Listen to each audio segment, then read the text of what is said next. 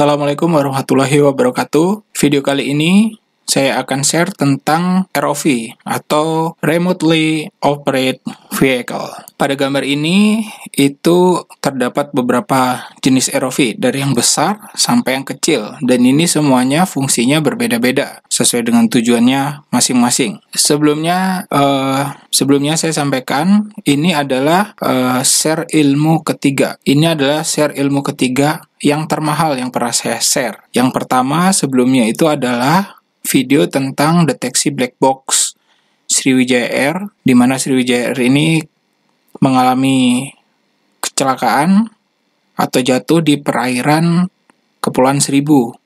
Kemudian yang kedua adalah deteksi kapal selam KRI Nanggala yang tenggelam di Laut Bali. Kemudian yang ketiga ini adalah share tentang ROV. Di mana letak mahalnya?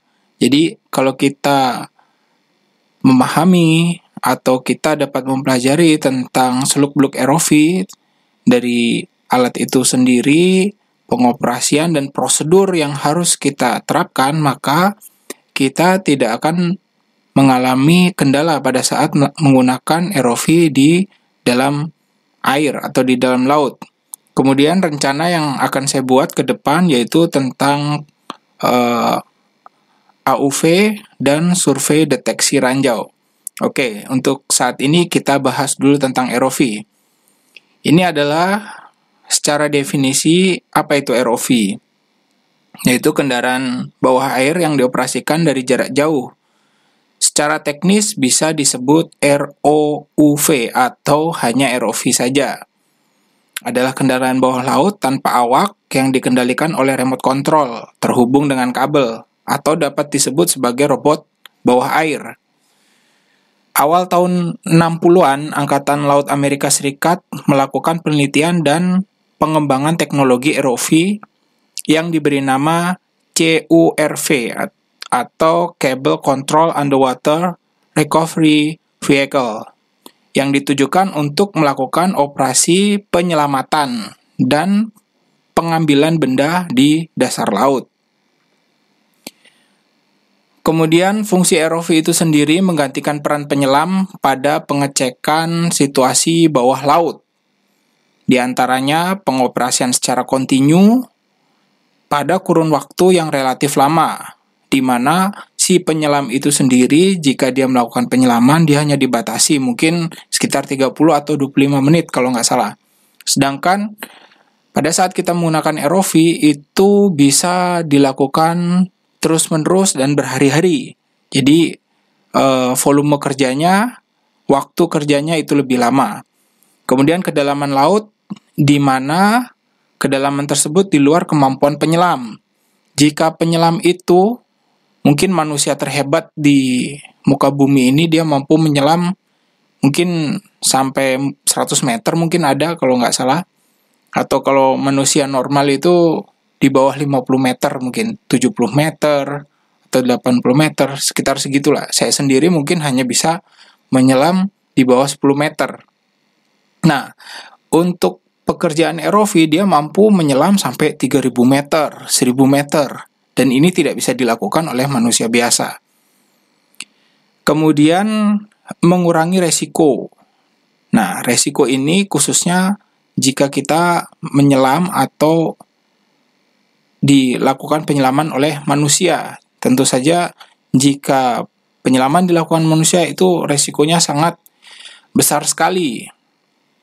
Sedangkan kalau kita bisa digantikan oleh pekerjaan penyelaman itu menggunakan ROV, itu resiko nyawa itu akan tergantikan.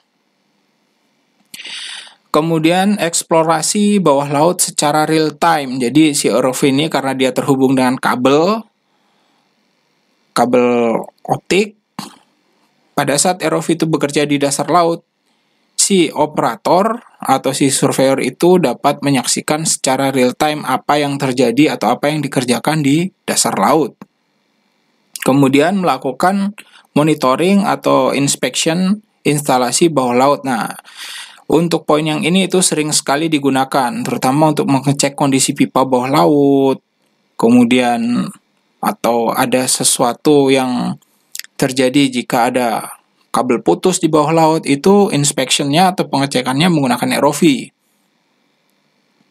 Kemudian yang terakhir yaitu melakukan pekerjaan berat dan ringan, atau ringan mungkin ya, di bawah laut. Nah, pekerjaan-pekerjaan ini itu sangat sulit jika dilakukan oleh penyelam, khususnya manusia.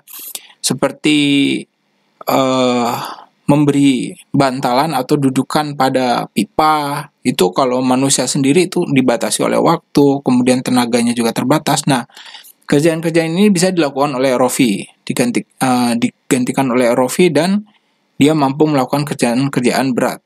Tentu saja ROV yang berjenis work class.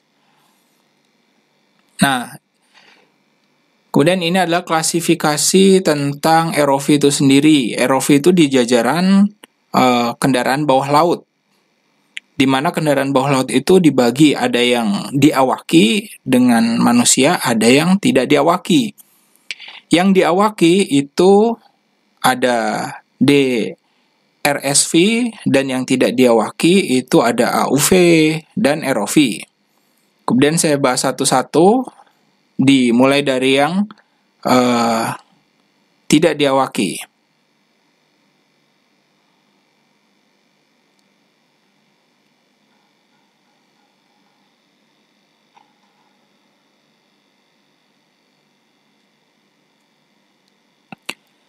Saya bahas tentang yang tidak diawaki, yaitu AUV. AUV ini dia benar-benar tidak diawaki. Prinsip kerjanya dia ada 3, yaitu dapat dikendalikan dari kapal atas permukaan, dan ada yang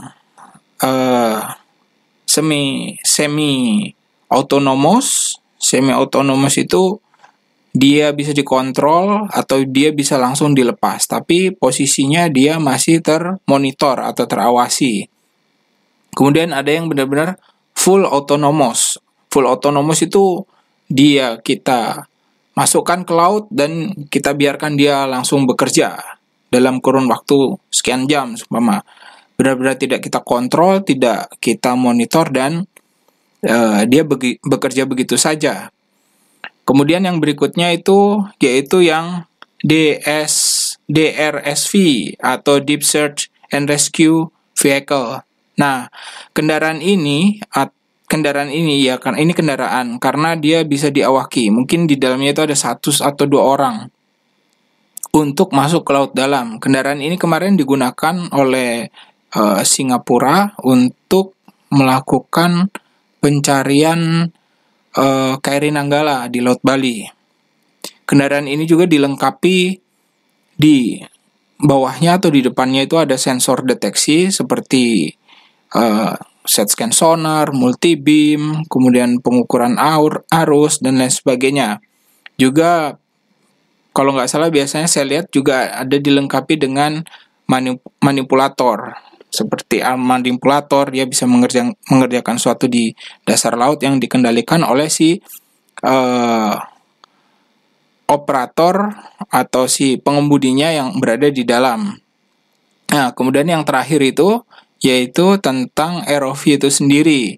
Ini khusus untuk ROV, dia menggunakan kabel, terhubung dengan kabel dari kapal atas permukaan ke si robot itu sendiri atau si kendaraan itu sendiri.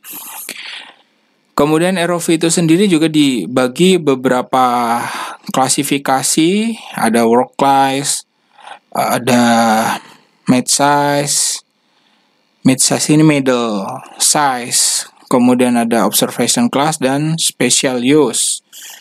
Khusus di sini saya hanya membahas untuk work class dan observation class. Work class itu sendiri dia dibagi dalam 2 kategori, yaitu pekerjaan ringan dan pekerjaan berat. Jadi dari si tipe 2 ini, work class sama observation class ini, dia dibedakan dari size, dari ukuran, kemudian dari seberapa dalam dia bisa menyelam, kemudian dan yang terakhir adalah kelengkapan kerja manipulator yang dia miliki. Yang kerja ringan itu biasanya hanya sekedar dia dilengkapi dengan manipulator, kemudian dia dilengkapi juga biasanya dengan sensor-sensor, tentu saja video gitu. Sensor itu ada sonar, multibeam dia dilengkapi. Kemudian USBL untuk positioning bawah laut itu dia juga dilengkapi. Kemudian pekerjaannya biasanya terbatas. Jadi dia hanya monitoring atau memperbaiki, ngecek gitu, mengambil grab. Nah, itu dia bisa yang ringan. Sedangkan yang ROV yang berat ini dia bisa kedalaman seumpama lebih dari 3000 meter. Kemudian menggunakan membuat galian kabel seperti yang tadi video saya tampilkan di sebelumnya. Dia bisa melakukan penggalian kabel jika ada kabel yang ekspos atau belum digali. Si ROV ini mampu melakukan penggalian kabel itu sendiri. Kemudian membuat dudukan pipa yang di awal tadi saya sampaikan juga.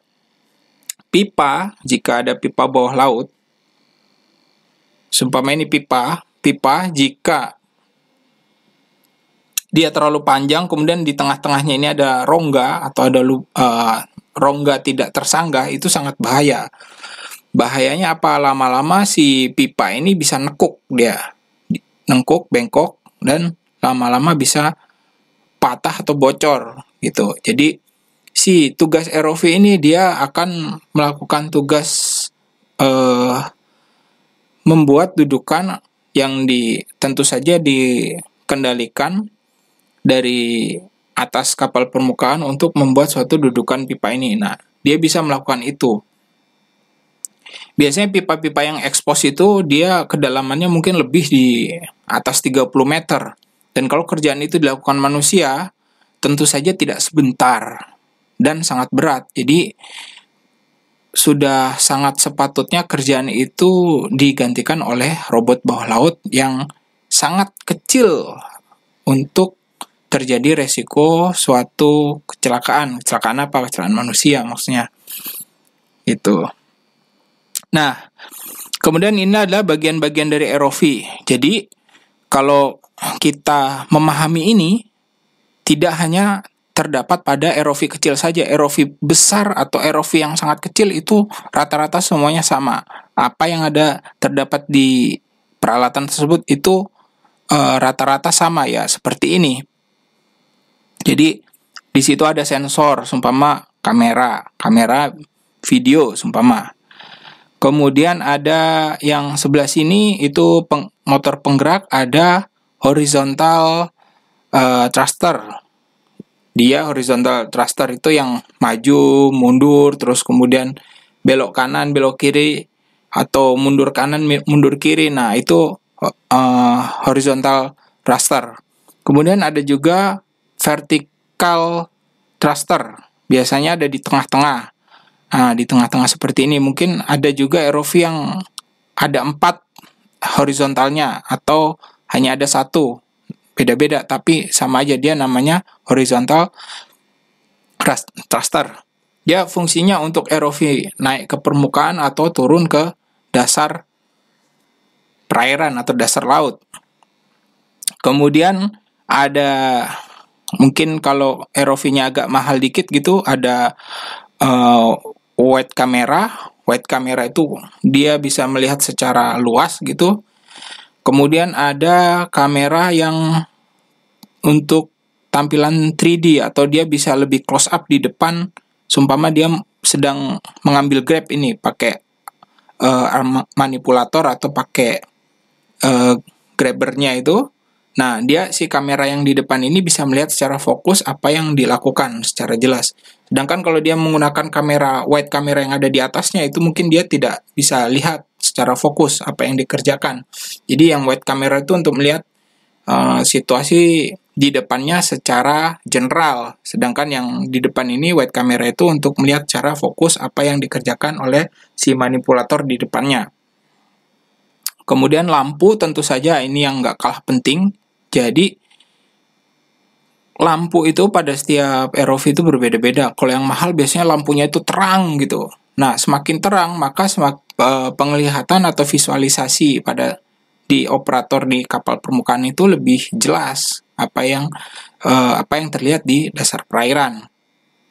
Kemudian ini tadi sudah grabber, kemudian ini arm manipulator, kemudian yang kuning itu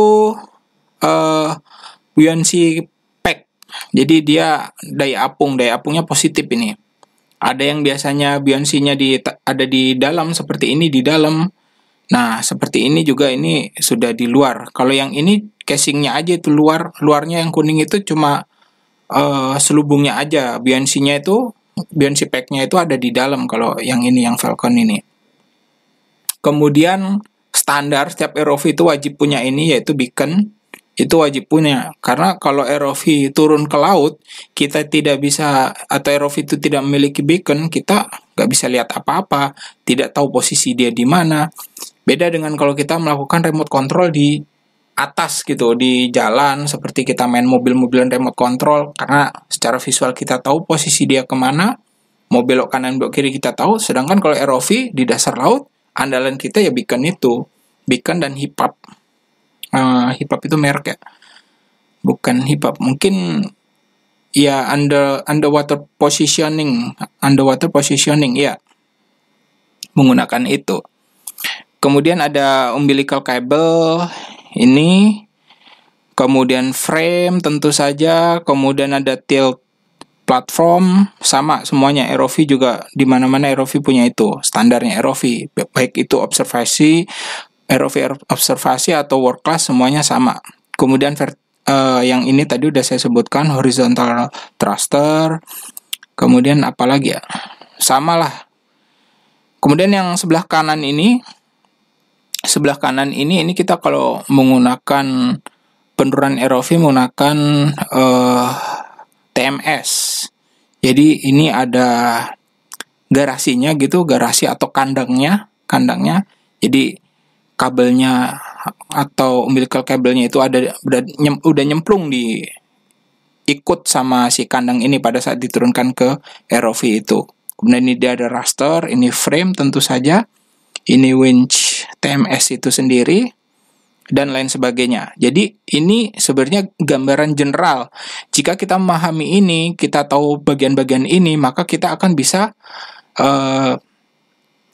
memahami lah apapun itu ROV-nya, baik itu world class atau yang observation class, yang kecil, yang gede, itu sama aja. Istilah-istilah atau nama-namanya sama seperti ini. Kemudian ini adalah kontrol ROV itu sendiri. Jadi ini salah satu contoh yang ada maksudnya yang saya tahu gitu. Jadi kalau ini adalah ROV, ini ada vertical thruster, kemudian ini ada horizontal thruster, ada 4, kanan, depan 2, belakang 2. Kemudian ini arm manipulator. Jika kita lakukan vertical thruster naik, nah itu remote-nya sebelah sini. Ini kita harus pahami. Kalau ke depan, berarti naik, set gitu. Kalau ke bawah berarti turun. Dan ini bisa diatur sebenarnya stick ini tuh. Posisi dia naik, terserah kita. Kita seumpama kebiasa kalau naik ke depan itu dia vertikalnya turun, itu bisa, atau ke depan itu vertikalnya naik, itu bisa diatur. Seperti itu. Kemudian ini ada, nah ini yang gak kalah penting, ini ada heading lock. Jika kita tekan ini, klik, kemudian lampu menyala, ini sama, semua ROV punya fasilitas ini. Jika heading lock ini kita klik, artinya kita kunci, maka pada saat kita kunci dia ada di 090 derajat, dia akan berusaha untuk mempertahankan headingnya di posisi itu. Sedangkan kalau tidak kita kunci, dia akan lari kemana-mana, tergantung kita mengendalikan pakai remote control itu. Kalau kita udah terbiasa atau tangan kita handal gitu, kita belok dikit, dia akan belok pelan-pelan. Tapi yang tidak terbiasa, biasanya kalau beloknya kebanyakan, dia bisa muter atau dia akan lari tidak terkontrol. Seperti itu. Kemudian yang sebelah sini ini juga tidak kalah penting, ini depth lock. Jadi pada saat kita menghendaki atau menginginkan kedalaman ROV itu berada di kedalaman 5 meter dari seabed, umpama 5 meter dari seabed, dia akan mempertahankan kedalaman segitu terus. Jadi dia berusaha mempertahankan dari altitude-nya itu. Kemudian dia maju ke depan, terus dia dipertahankan 5 meter dari seabed karena depth-nya sudah kita lock. Kemudian ini ada tombol fokus kamera, standar semua ROV rata-rata semuanya punya itu. Kalau si kamera itu buram atau fokusnya tidak tepat, beda kalau kayak kita punya kamera kan, kamera canggih itu otomatis fokus dia. Objek yang di depan atau di belakang dia otomatis mencari fokus. Kalau mungkin ROV belum ada seperti itu, jadi fokusnya masih manual, kita tekan itu baru dia memfokuskan objek yang kita sorot. Kemudian ini ada lampu, penerangan lampu untuk penerangan yang wide, yang jauh gitu. Ada lampu yang difokuskan pada depan kamera itu, depan si manipulator itu bekerja. Jadi ada yang secara general ke depan gitu, penerangannya kita terangkan itu di sini. Kemudian yang ini itu untuk memfokuskan pada saat cahaya difokuskan pada saat si manipulator itu bekerja atau mengambil sampel atau apalah sebagainya. Kemudian ini kayaknya bukan arah kamera ini. Ini salah, ini adalah naik turun, kita mengatur naik turunnya si ROV. Kemudian ini selection kamera. Nah, ini kamera mana yang mau kita fokuskan untuk kita gerak-gerakkan. Nah, ini penggerak kamera. Kemudian ini selection kamera itu mau kita tampilkan kamera yang mana yang akan lebih diutamakan atau ditampilkan gitu. Sumpama kalau jika ROV kita ada dua kamera wide yang jauh sama yang fokus di depan itu. Seperti itu. Kemudian ini satu lagi biar nggak gagal paham. Kebanyakan kalau ROV itu dia kayak sticknya PS waktu kita kecil dulu main game. Nah, kalau belok kanan itu tekan aja langsung si handle-nya ini, langsung kita ke kanan kan, maka dia akan belok pelan gitu. Belok pelan sesuai dengan kita kenceng atau pelannya kita membelokkan si gagang ini. Sama ini yang kalau belok kiri langsung ditekan ke kiri, langsung dia akan belok secara berlahan sesuai dengan kita kenceng atau pelannya kita membelokkan ini si gagang ini. Jadi gagangnya itu hanya ke sana dan ke atas, sama seperti gambar ini. Kemudian naik turun juga seperti itu, tinggal kita naik atau turun gitu. Udah bagian-bagiannya itu aja ini untuk kontrol kita pada saat melakukan penyelaman ROV di dasar laut. Selanjutnya ini adalah tahap atau prosedur pengoperasian ROV. Di sini ada 5 tahap utama pada saat kita melakukan pengoperasian ROV. Yang pertama adalah tahap persiapan, di mana persiapan itu kita harus siapkan tim. Tentu saja kita harus punya tim. Bekerja pada saat kita peran survei menggunakan ROV itu tidak bisa sendirian. Jadi kita harus ada teamwork di sana. Jadi ada tim dia yang harus mengawasi di geladak buritan kapal gitu. Kemudian ada tim yang dia mengawasi kabel out gitu. Kabel out atau si winch kabel itu berputar, itu harus ada yang mengawasi. Kemudian satu lagi dia yang pengendali kapal di anjungan. Nah, itu juga termasuk tim kita juga, tim ROV.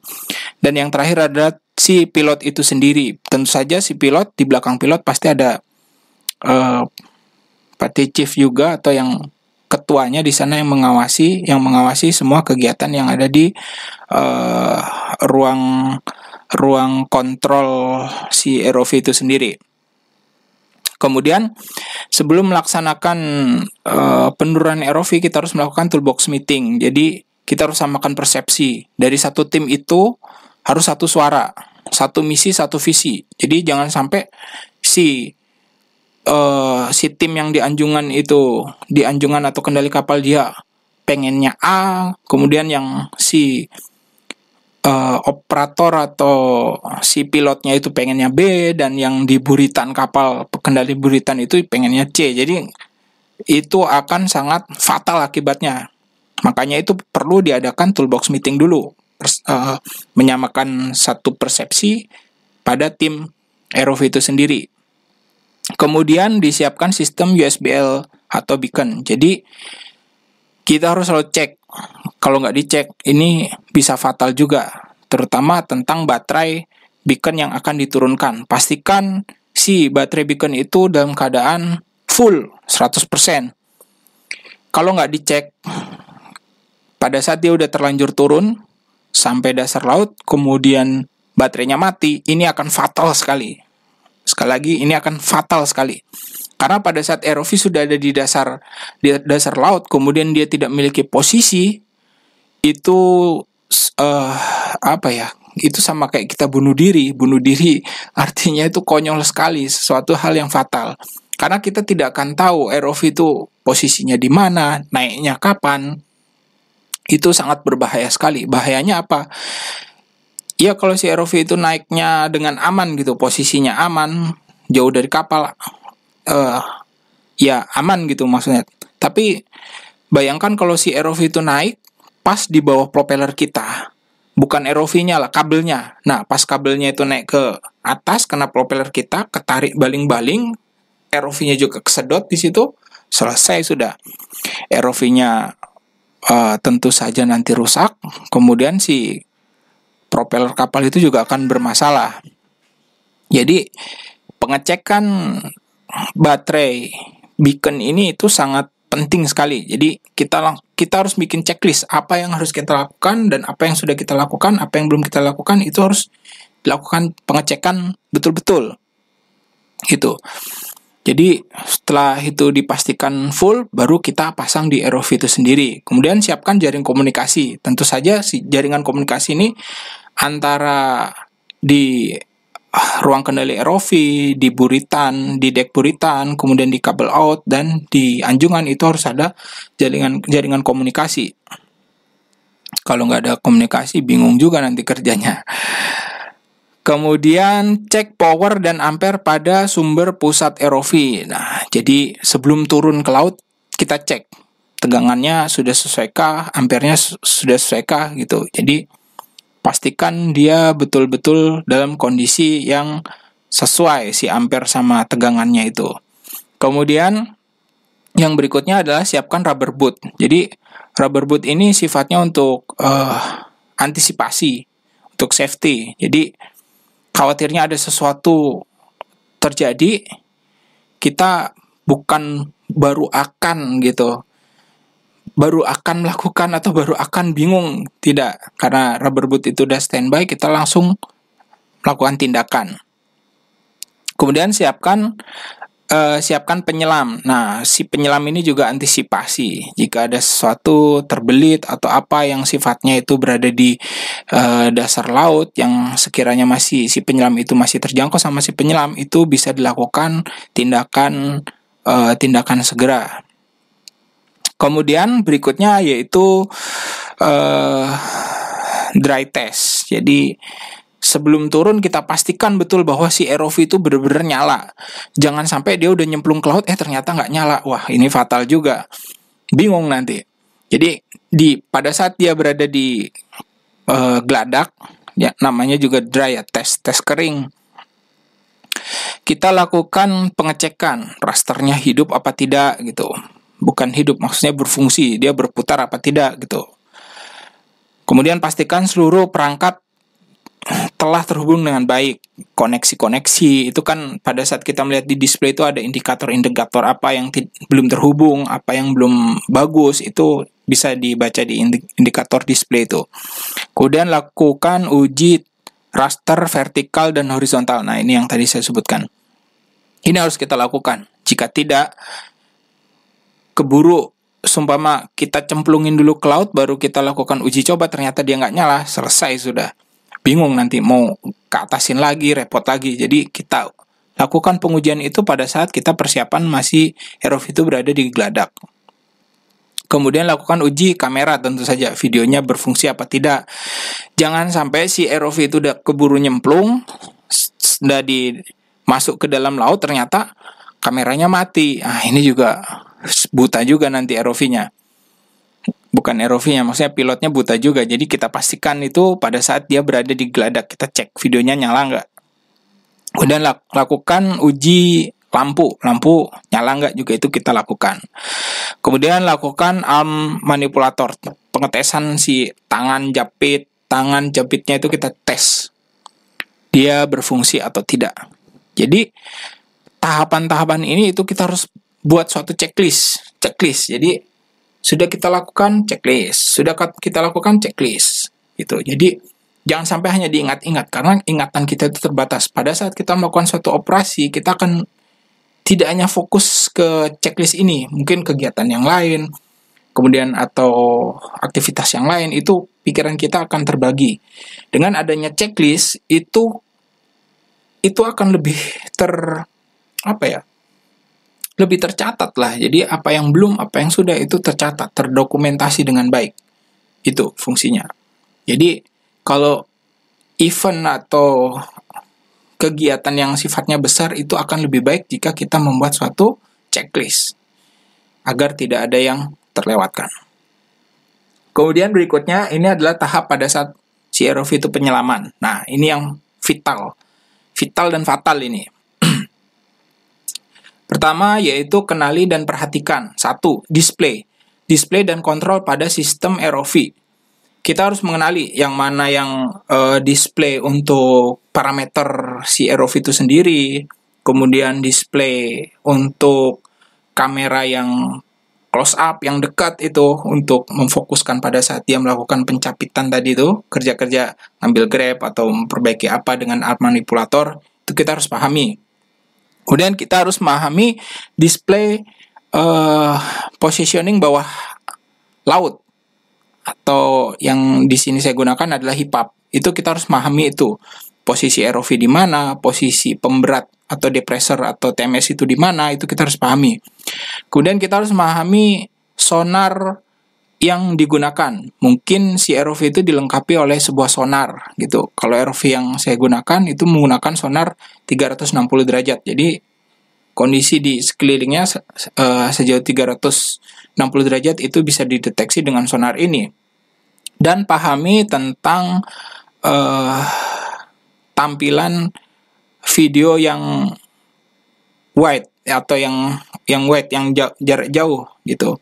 Itu kita harus pahami. Video ini fungsinya untuk kita melihat situasi sekeliling dari ROV itu sendiri. Itu kita harus pahami. Kemudian remote control untuk kendali yang tadi di awal sudah saya sebutkan, itu kita harus pahami. Kemudian remote arm manipulator itu juga kita harus pahami dan pelajari. Jika kita tidak memahami khususnya untuk si kedua remote ini, arm manipulator dengan si remote control ini, itu ROV tidak akan terkendali pada saat dia jemplung di dasar laut. Dia akan seperti orang girap-girap gusar gitu. Itu sangat bahaya sekali. Bahayanya apa? Pada saat dia gusar kemudian mendadak dia menabrak sesuatu sumpama, itu juga bisa fatal. Atau mendadak dia lari ke kolong kapal, dia lari ke kolong, kabelnya melintang linggi atau melintang kapal, itu juga sangat berbahaya. Atau dia lari ke propeller, itu sangat berbahaya. Jadi pada saat kita menggunakan ROV, kita harus mengenali fungsi-fungsi yang sebelumnya saya jelaskan tadi. Fungsi-fungsi, kontrol, kendali, semua itu harus kita pahami. Kemudian berikutnya yaitu ini, perhatikan arah angin dan arus. Ini yang gak kalah penting. Jadi jangan sampai kita menurunkan ROV itu, sumpama ini kapal kita arusnya ke sebelah sana, ROV-nya sebelah, sumpama ini lambung kanan kapal, arusnya itu ke arah lambung kiri kapal. Sehingga pada saat kita menurunkan ROV, dia masuk ke kolong, itu sangat berbahaya sekali. Jadi kita harus tahu arusnya ini kemana, kecepatan arus itu harus kita tahu. Arus kemana itu harus kita perhatikan, kecepatan arus tentu saja harus kita ukur. Jadi informasi itu harus kita dapatkan sebelum kita menurunkan ROV atau melakukan peran ROV. Nah, kalau bisa seperti ini. Seumpama ini adalah arah arusnya ke sana, ke lambung kanan kapal. Kemudian ini adalah ROV, ini umbilical kabel, kemudian ini TMS, bisa TMS atau pemberat atau depressor, itu seperti ini. Tentu saja ini ada posisi dari beacon, di sini juga di TMS ini atau di pemberat ini juga kita kasih beacon. Jadi kita tahu posisi si pemberat di mana, ROV di mana. Kalau bisa posisinya seperti ini, maka posisi ini adalah posisi terbaik. ROV itu akan aman, menjauh dari kapal, menjauh dari propeller, itu dia akan aman. Atau untuk yang barusan ini, untuk yang ini itu adalah situasi di mana kapal dapat menggunakan dynamic position atau DP. Nah, posisi ini itu sangat ideal, sangat bagus sekali. Tentu saja ini tidak akan lama. Jadi kalau dibiarkan kelamaan seperti ini, si DP itu akan bekerja keras, menyebabkan mesin panas lah, apalah, atau nanti dia lepas ikatan si DP itu yang tadinya dia stabil di situ, karena udah terlalu lama panas, akhirnya lepas dia. Nah, kalau bisa proses penurunan si ROV itu jangan terlalu lama juga, gitu. Setelah ROV itu benar-benar turun, kemudian lepas dari jangkauan si badan kapal sama propeller kapal, dia udah berada di dasar laut, kurang lebih sejarak mungkin 10 meter atau lebih, baru kapal disesuaikan arahnya sesuai dengan arah arus. Itu akan lebih lebih aman lah. Tapi pastikan bahwa si kabel keluaran ROV itu yang turun ke air itu benar-benar tegang, dan posisinya kita tahu dia lari kemana. Jangan sampai dia lari seumpama melintang kapal atau dia lari ke buritan, itu sangat berbahaya. Itu harus dihindari. Kondisi yang kedua itu jika kita atau kapal kita hanya menggunakan propeller saja, tidak memiliki dynamic position atau DP. Jadi posisi ini adalah posisi yang terbaik. Seumpama arusnya ke arah haluan, maka yang lebih baik adalah kita turunkan ROV ke arah sektor merah kanan. Sektor hijau 5 atau hijau 10 sampai sekitar hijau 90 atau hijau 80, itu sangat aman. Tentu saja arusnya juga mengarah ke sana. Ini ROV, ini umbilical kabel, ini TMS atau depressor, ini large-nya. Jadi posisi ini adalah posisi yang sangat aman dan ideal. Usahakan seperti ini. Jika kita tidak melakukan seperti ini, itu resikonya sangat riskan sekali, resikonya sangat besar sekali. Kemudian yang tidak kalah penting itu kita perhatikan posisi ROV dan TMS kita atau depressor kita atau pemberat kita menggunakan HIPAP atau akustik, pemosisi akustik bawah air atau bawah laut. Usahakan posisinya seperti ini. Nah, ini adalah posisi yang seperti ini. Itu kita lihat dari sini.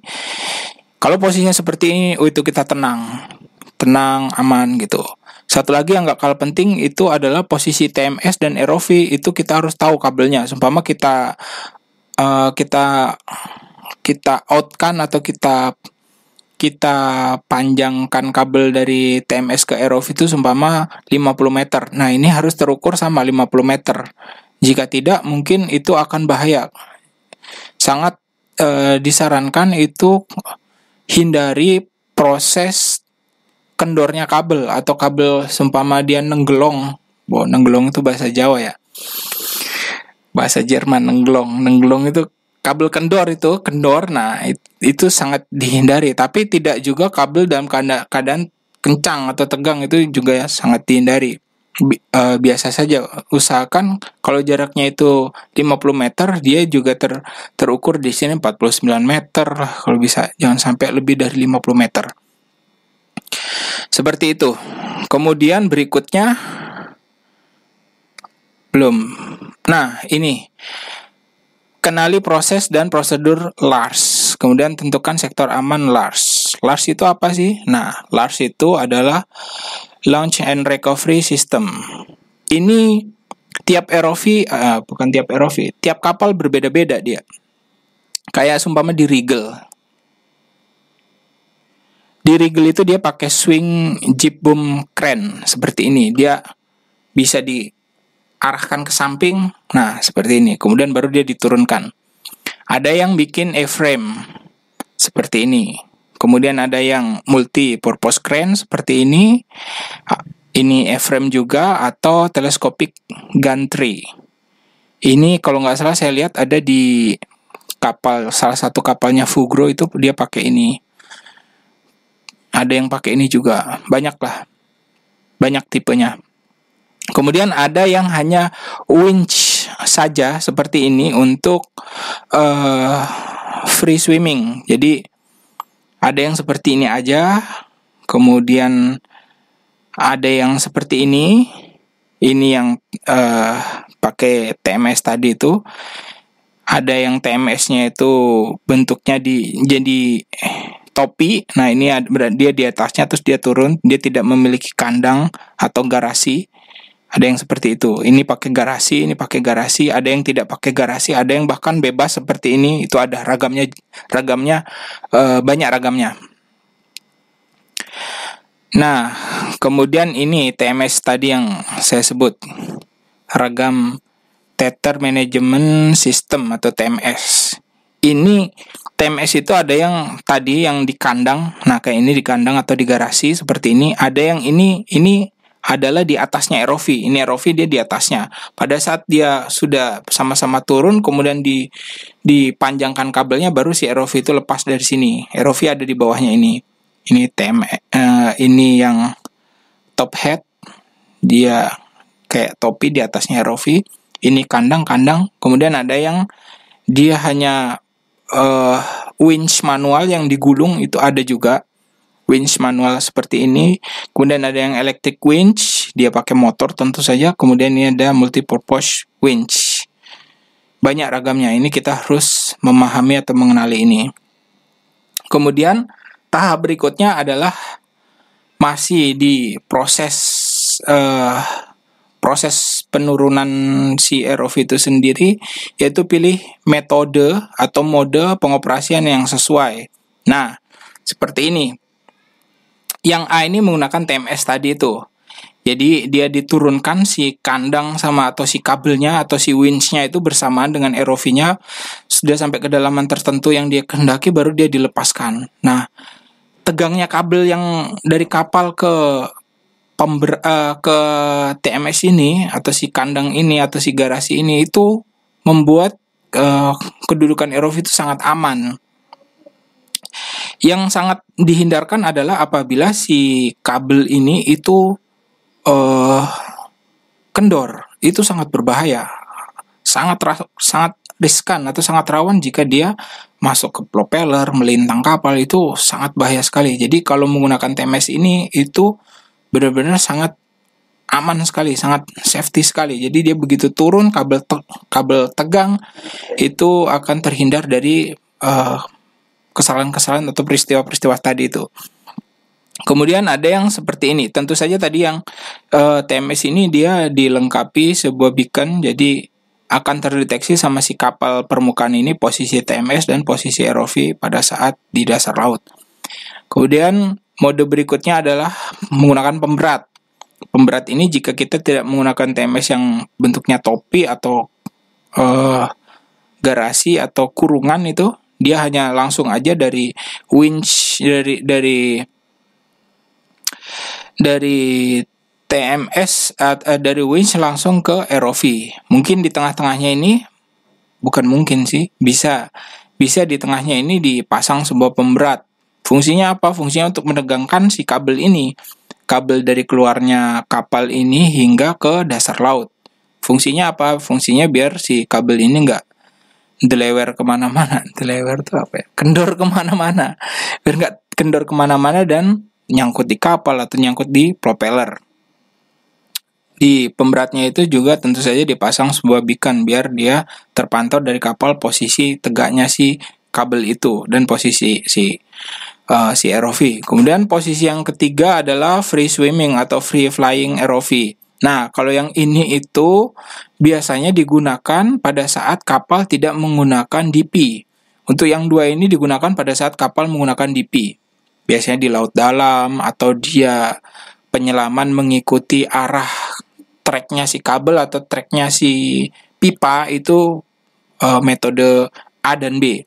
Tapi untuk hanya sekedar observasi di sekeliling kapal yang dekat-dekat targetnya itu dekat-dekat kapal itu dia menggunakan mode yang C ini. Dia kapalnya anchor dulu di situ, baru si ROV itu diturunkan dan dia berenang kemana-mana. Karena apa? Kalau menggunakan si kapal posisi Leku Jangkar ini ROV berenang kemana-mana gitu, itu kondisinya akan tetap aman. Karena apa? Karena propeller itu tidak bergerak dan resiko kabel itu tersangkut oleh propeller itu tidak mungkin terjadi kecuali si ROV itu melintang tinggi atau melintang kedudukan kapal. Nah, seperti ini. Ini harus kita pahami. Jadi kita sebagai pilot ROV atau mungkin kita punya ROV di kapal kita harus pahami ini. Kalau kita pahamin ini, insya Allah kerja kita akan baik dan aman.